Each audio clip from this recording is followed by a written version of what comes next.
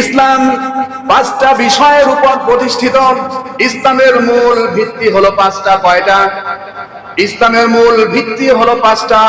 আল্লাহর হাবিব বলেন, বুনিয়াল ইসলামু আলা খামসিন শাহাদাতিন আল্লা ইলাহা ইল্লাল্লাহ ওয়া আন্না মুহাম্মাদুর রাসূলুল্লাহ ওয়া ইকামিস সালাতি ওয়া ইতাইস যাকাতি ওয়াল হজ্জি ওয়া সাওমি রমাদান।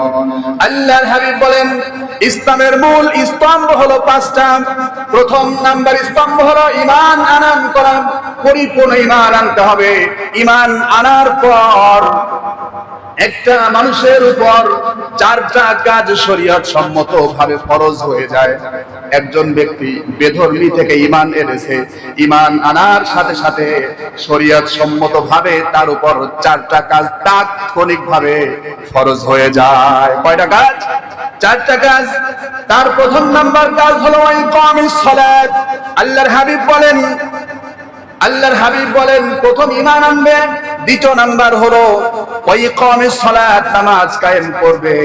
নামাজের পরেই যে কথাটা আল্লাহর হাবিব বলেন সেইটা হলো যাকাত আদায় করতে হবে।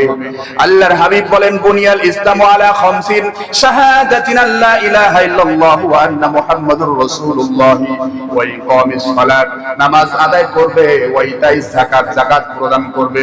ওয়াল হজ্জি ওয়াস সাওমি রমাদান, এরপরে হজ করবে। তারপরে রমজানের রোজা রাখবে। পাঁচটা খুঁটির উপর প্রতিষ্ঠিত। এখন দেখুন, আমরা ঈমান আনলাম, নামাজ আদায় করলাম, হজও করলাম, রোজাও রাখলাম, কিন্তু যদি যাকাত আদায় না করি, তাহলে যাকাতকে যদি কেউ অস্বীকার করে সে মুসলমান থাকতে পারে না। নামাজ যেমন ফরজ, যাকাত ঠিক তেমনি ফরজ। আজকে মানুষ, আল্লাহর কসম একটা কথা বলি, এই পৃথিবীতে, এই বাংলাদেশে যদি সমস্ত মুসলমান সঠিকভাবে যাকাত আদায় করত, বাংলাদেশে একটা দরিদ্র মানুষও খুঁজে পাওয়া যেত না। ঠিক কিনা? কথা বলেন না কেন? খুঁজে পাওয়া যেত, কিন্তু যাকাত আদায় হয় না।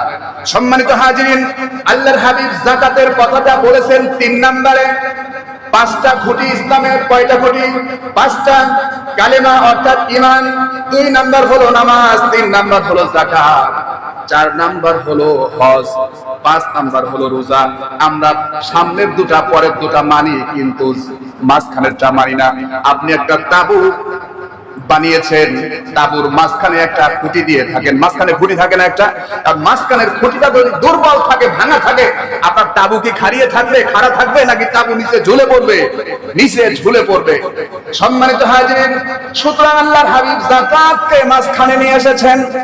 আর আল্লাহ তাআলা রব্বুল আলামিন কোরআনের ভিতরে যতবার নামাজের কথা বলেছেন, কোরআনের ভিতরে যতবার নামাজের কথা বলেছেন, ততবার আল্লাহ তাআলা রব্বুল আলামিন যাকাতের কথা তুলে ধরেছেন। সুবহানাল্লাহ।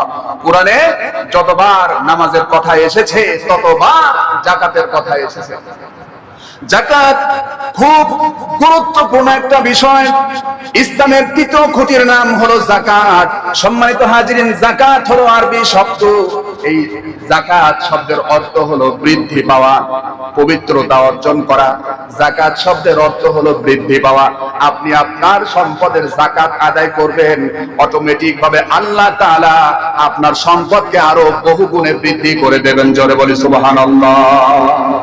আপনি যাকাত আদায় করছেন, আপনার সম্পদ বহুগুণে আল্লাহ তাআলা বৃদ্ধি করে দেবেন। সুবহানাল্লাহ। আর যাকাত দেবেন না, ওই সম্পদ হারাম হয়ে যাবে। কি হয়ে যাবে? যাকাতের আরেকটা অর্থ হলো আন্নামাউ, বৃদ্ধি পাওয়া, আত-তাহারাতু, পবিত্রতা অর্জন করা। আপনার সম্পদের ভিতরে গরিবদের একটা হক রয়ে গেছে, গরিবদের একটা হক রয়ে গেছে। আপনার সম্পদ থেকে শরীয়ত নির্দেশিত ভাবে ওই অতিরিক্ত সম্পদটা বের করে গরিবদেরকে দিয়ে দিতে হবে। কারণ হলো ওইটা গরিবদের হক। আপনি যদি ওইটা আদায় না করেন, আপনার সম্পদ পবিত্র হবে না। ঠিক কি না? সম্পদ পবিত্র হচ্ছে না। সুতরাং সম্পদ পবিত্র করতে হলে আপনাকে অবশ্যই যাকাত আদায় করতে হবে। আল্লাহর কোন বান্দা যদি যাকাত আদায় করে, আল্লাহ তাআলা রব্বুল আলামিন ওই বান্দার জন্য জান্নাত নির্ধারণ করেছেন। সুবহানাল্লাহ। কেউ যদি যাকাত আদায় করে জান্নাতে চলে যাবে, আর কেউ যদি যাকাতকে অস্বীকার করে নামাজকে অস্বীকার করলে যা হবে, হজকে অস্বীকার করলে যা হবে, ঈমানকে অস্বীকার করলে যা হবে, যাকাতকে অস্বীকার করলেও তাই হবে। অর্থাৎ কেউ যদি যাকাত না দিতে পারে নাই, ভুল করেছে, আল্লাহর কাছে ক্ষমা চাইছে, আল্লাহ ইচ্ছা করলে মাফ করতে পারেন। কিন্তু যদি কেউ যাকাতের বিরোধিতা করে তাহলে তার ঈমান থাকবে না, ঈমান একেবারেই থাকবে না। সম্মানিত হাজিরিন, আল্লাহ তাআলা রব্বুল আলামিন যাকাতের হুকুম করেছেন। কোরআনে যতবার নামাজের কথা এসেছে, কিতাবের ভিতরে কোরআনে 82 বার নামাজের কথা এসেছে। কতবার? 82 বার নামাজের কথা এসেছে। আবার যাকাতের কথাও 82 বার এসেছে। সুবহানাল্লাহ, যাকাতের কথাও 82 বার আল্লাহ তাআলা কোরআনে উল্লেখ করেছেন।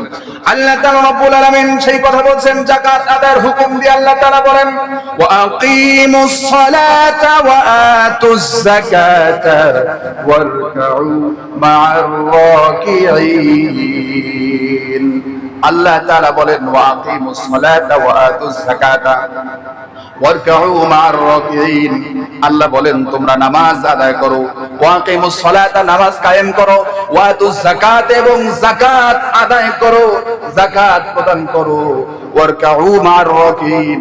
আর যারা আল্লাহর সামনে অবনত হয় তোমরাও তাদের সাথে অবনত হয়ে যাও। সুবহানাল্লাহ, আল্লাহ বলেন তোমরা নামাজ আদায় করো, কায়েম করো, যাকাত প্রদান করো, আর যারা আমার সামনে অবনত হয়, কোরআন শুনলে কোরআনের সামনে যারা মাথা নত করে, তোমরাও তাদের সাথে মাথা নত করে আমার হুকুম মেনে নাও। জোরে বলি সুবহানাল্লাহ।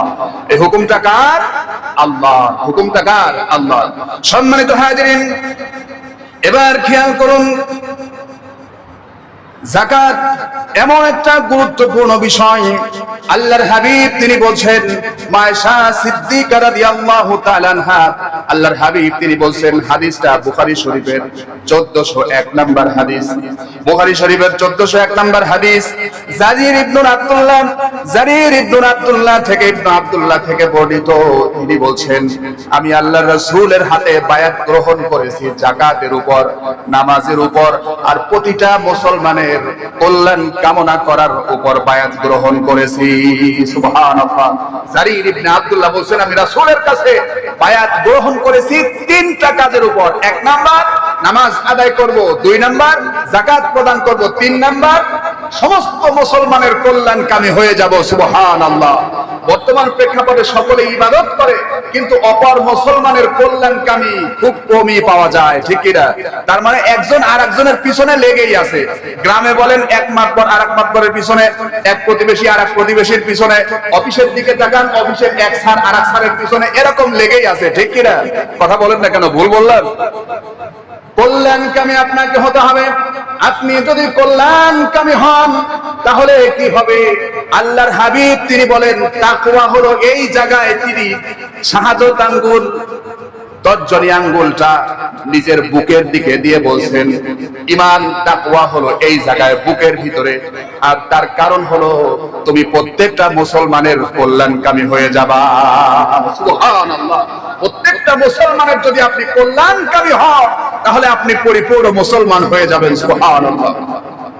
সম্মানিত হাজিরিন, যাকাত অস্বীকারীদের সাথে হযরত আবু বকর সিদ্দিক রাদিয়াল্লাহু তাআলা আনহু যুদ্ধ ঘোষণা করেছেন। কি ঘোষণা করেছেন? হযরত আবু বকর রাদিয়াল্লাহু তাআলা আনহু যাকাত অস্বীকারীদের সাথে যুদ্ধ ঘোষণা করেছেন। ওমর রাদিয়াল্লাহু তাআলা আনহু বললেন, আমিরুল মুমিনিন হযরত আবু বকর, যারা কালেমা পড়ে তাদের সাথে আপনি কিভাবে যুদ্ধ করবেন? আবু বকর সিদ্দিক রাদিয়াল্লাহু তাআলা আনহু বলছেন, যারা আল্লাহর রাসূলের সময় যাকাত আদায়ের একটা রশি পর্যন্ত যাকাত দিত, এখন যদি সেটাকে অস্বীকার করে তাহলে তাদের সাথে যুদ্ধ ঘোষণা। যারা নামাজ আর যাকাতের ভিতরে পার্থক্য করবে তাদের সাথে আমি আবু বকর যুদ্ধ ঘোষণা করলাম। জোরে বলি নাউজুবিল্লাহ। যাকাতকে মোটেই অস্বীকার করা যাবে না। যাকাত অস্বীকার করার কোনো কায়দাই নেই।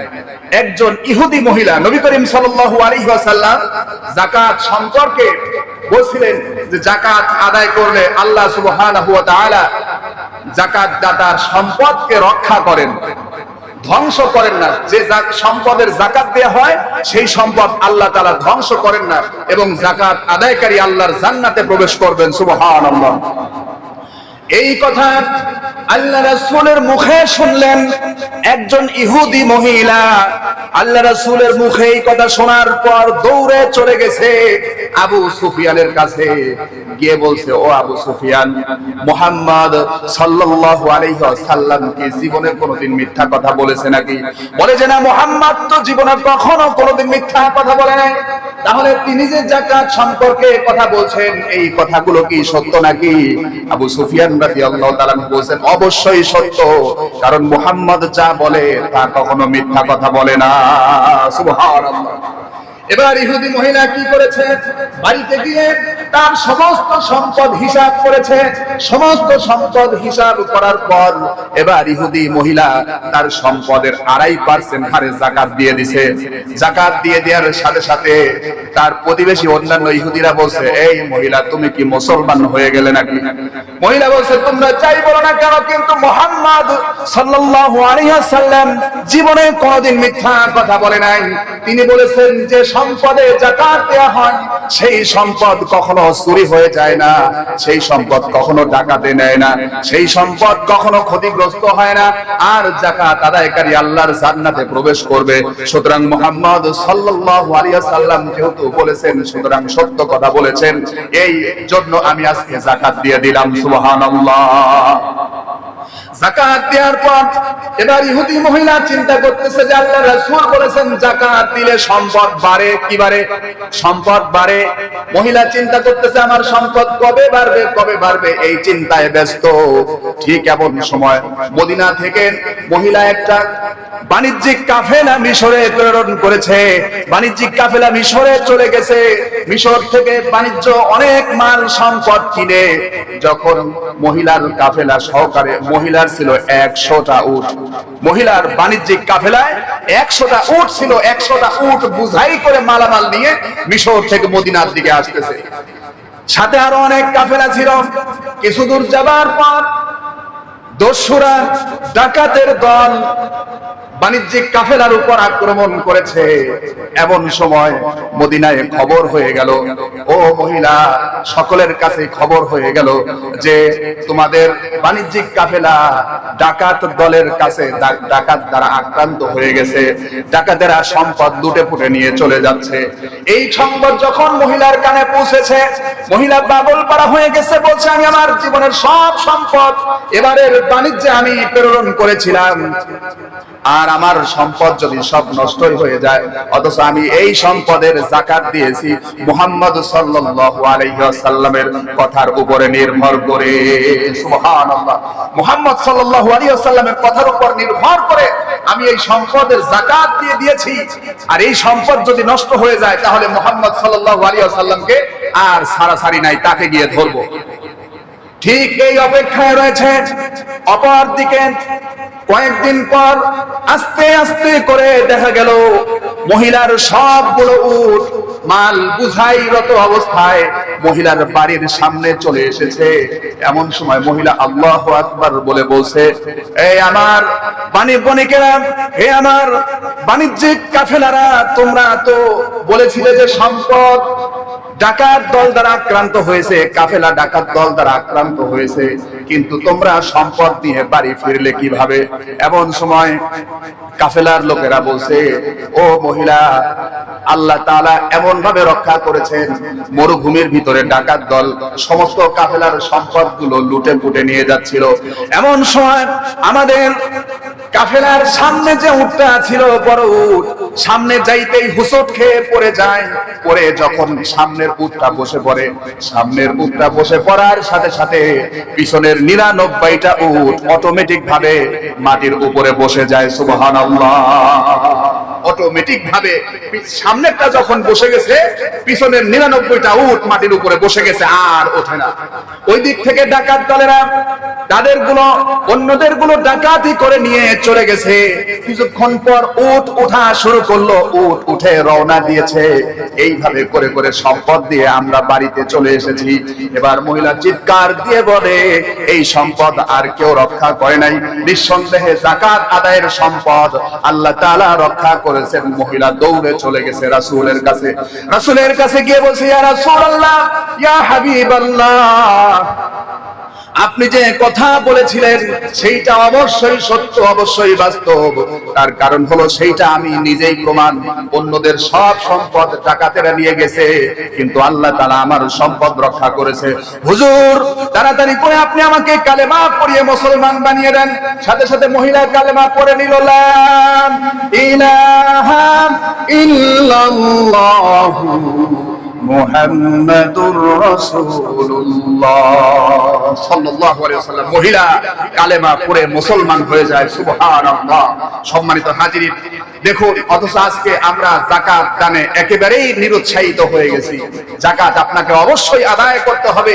যাকাত যদি আদায় না করেন তাহলে ক্ষতিগ্রস্ত হয়ে যাবেন। আল্লাহ তাআলা রব্বুল আলামিন বলেন, যে ব্যক্তির মধ্যে 3টা গুণ থাকবে তার কোনো ভয় থাকবে না, তার কোনো চিন্তা থাকবে না।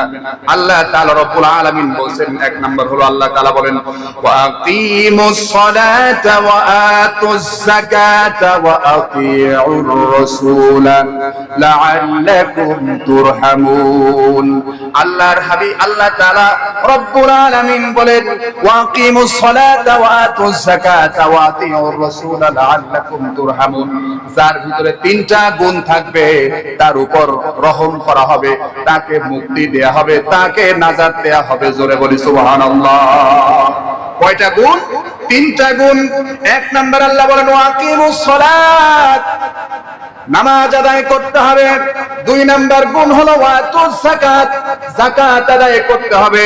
3 নাম্বার গুণ আল্লাহ বলেন, ওয়াতিউর রাসূলা, এবং রাসূলের আনুগত্য করতে হবে। 3টা গুণ। 1 নাম্বার নামাজ, 2 নাম্বার হলো যাকাত, 3 নাম্বার হলো রাসূলের আনুগত্য করতে হবে।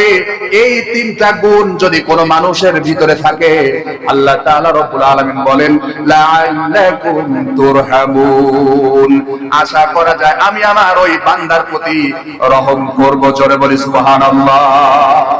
আল্লাহ বলেন, যার ভিতরে 3টা গুণ থাকবে, 1 নাম্বার নামাজ, 2 নাম্বার যাকাত, 3 নাম্বার হলো রাসূলের আনুগত্য করবে, আল্লাহ তাআলা তার উপর রহম করবেন, তাকে মাগফিরাত দেবেন, তাকে নাজাত দেবেন। জোরে বলি সুবহানাল্লাহ।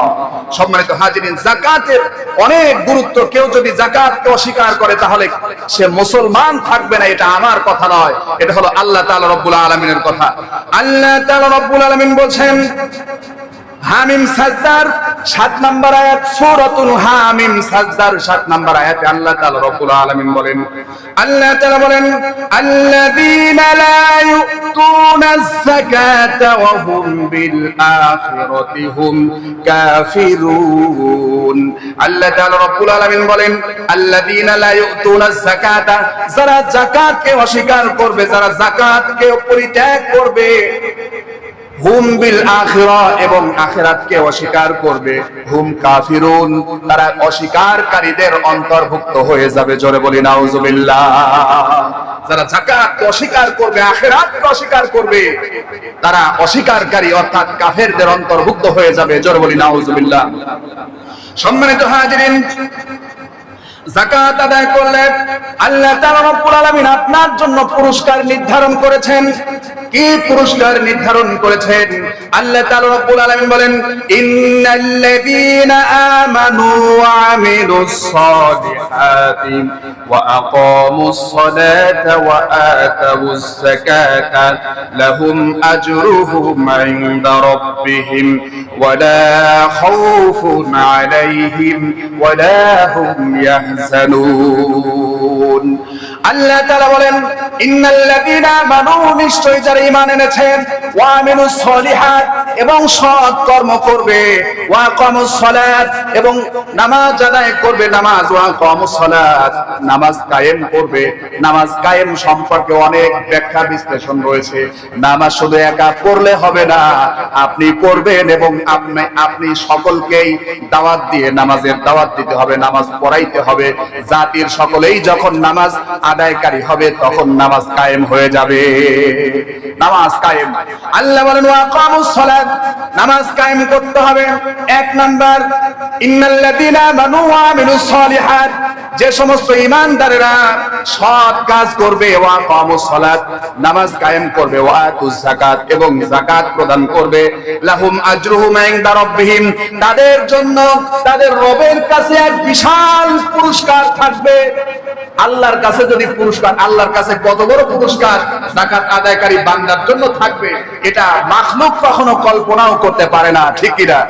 কেউ যদি প্রধানমন্ত্রীর কাছে পুরস্কার নিতে যায়, অথচ সে জানে না যে প্রধানমন্ত্রী তাকে কি পুরস্কার দেবে, ওই ব্যক্তি প্রধানমন্ত্রীর কাছে যাওয়ার সাথে তিনি যে এমন পুরস্কার দেবে যেটা সে কখনো কল্পনাই করে নাই, ঠিক কি না?